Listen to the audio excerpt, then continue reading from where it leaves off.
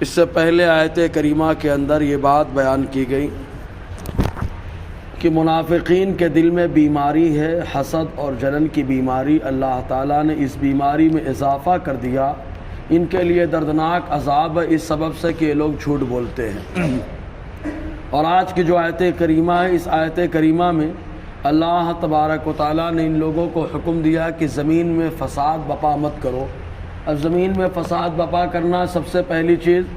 زمین میں جھگڑا اس وقت شروع ہوتا ہے جب تین چیزیں جنم لیتی ہیں۔ نمبر ایک، آدمی کے اندر لالچ آ جائے، لالچ کی وجہ سے آدمی فساد اور جھگڑا کرنا شروع کر دیتا ہے کہ ہم کو یہ عہدہ مل جائے اور یہ اس عہدہ سے برخاست ہو جائے، یا ہم کو یہ سامان مل جائے اور یہ آدمی سے ختم ہو جائے۔ جب لالچ آدمی کے پاس آتی ہے تب جا کر کے تماشا ہوتا ہے۔ اور دوسری چیز جو ہے حسد، جب آدمی کو حسد اور جلن پیدا ہونے لگے، کسی سے آدمی جلنے لگے، تب ایسی صورت میں جو ہے تباہی اور بربادی آتی ہے، کیونکہ حسد اور جلن کی وجہ سے آدمی بہت ساری خرافات، بہت ساری چیزوں کا ارتکاب کرنا شروع کر دیتا ہے۔ اور تیسری چیز جو ہے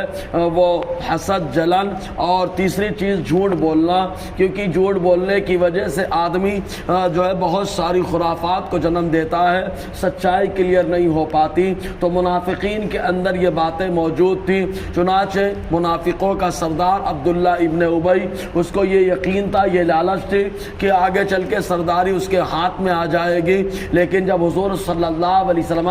مدینے میں جلوہ افروز ہوئے تو تمام مدینہ اور مدینے کے باہر کے لوگ عبداللہ ابن ابی سے اب مشورہ نہیں لیتے، چھوڑ دیے اور آقا علیہ السلام سے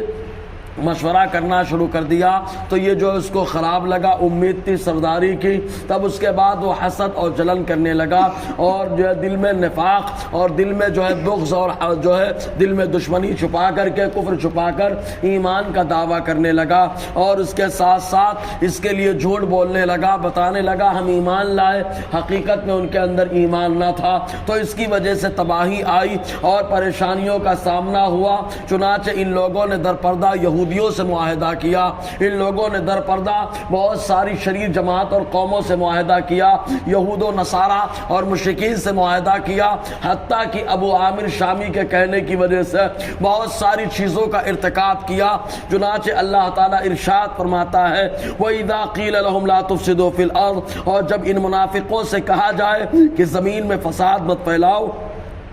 قالوا انما نحن مصلحون، تو یہ کہتے ہیں ہم تو اصلاح کر رہے ہیں، ہم لوگ تو سنوار رہے، ہم لوگ تو سب کو سمجھا بجھا کر کے معاملہ حل کر کے چل رہے، اس طریقے کی وہ باتیں کرتے۔ تو اللہ تعالیٰ فرماتا ہے الا انهم المفسدون ولكن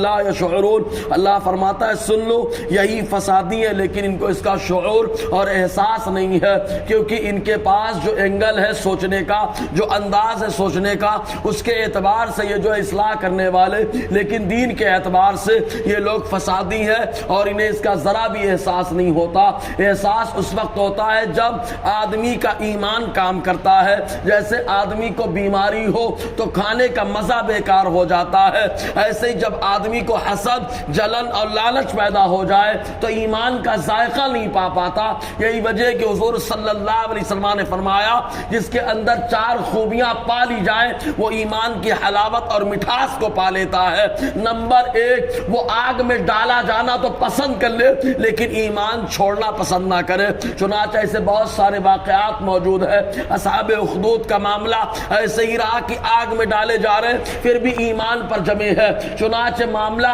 زردشت قوم کا تھا، اس کے بادشاہ زردشت نے جو ہے بہن سے شادی کے جواز کا جو ہے فتویٰ لوگوں کے سامنے پیش کر دیا، کیونکہ اس کو اپنی بہن سے محبت ہو گئی تھی۔ چنانچہ لوگوں نے مخالفت کی، تب اس نے جو ہے چوراہے کے اندر ایک باسط تنور لگایا، اور لگانے کے بعد اس میں آگ جلا دی، اور اس کے بعد کہنے لگا جو ہے میری بات کو مانے گا اس کو نہیں جلایا جائے گا، اور جو نہیں مانے گا اس کو آگ میں جھلسا دیا جائے گا، جلا دیا جائے گا۔ چنانچہ بہت سارے لوگوں نے جو ہے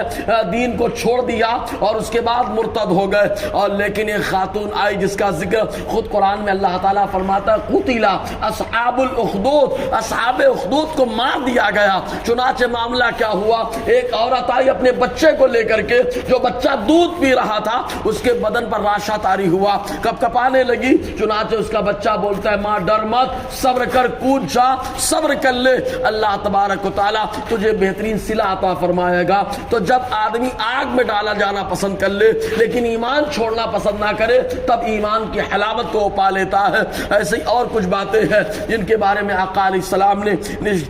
نشاندہی فرمائی، لیکن منافقوں کا معاملہ اس کے برعکس رہا کہ وہ لوگ یہودوں سے کمپرومائز، نصرانیوں سے کمپرومائز، مشرکین سے اتحاد اور آقا علیہ السلام کی مخالفت میں لگے رہے۔ بہرکیف انشاءاللہ آگے گفتگو رہے گی۔ اللہ تعالی ہم سب کو فیضان قرآن، برکات قرآن سے مالا مال فرمائے۔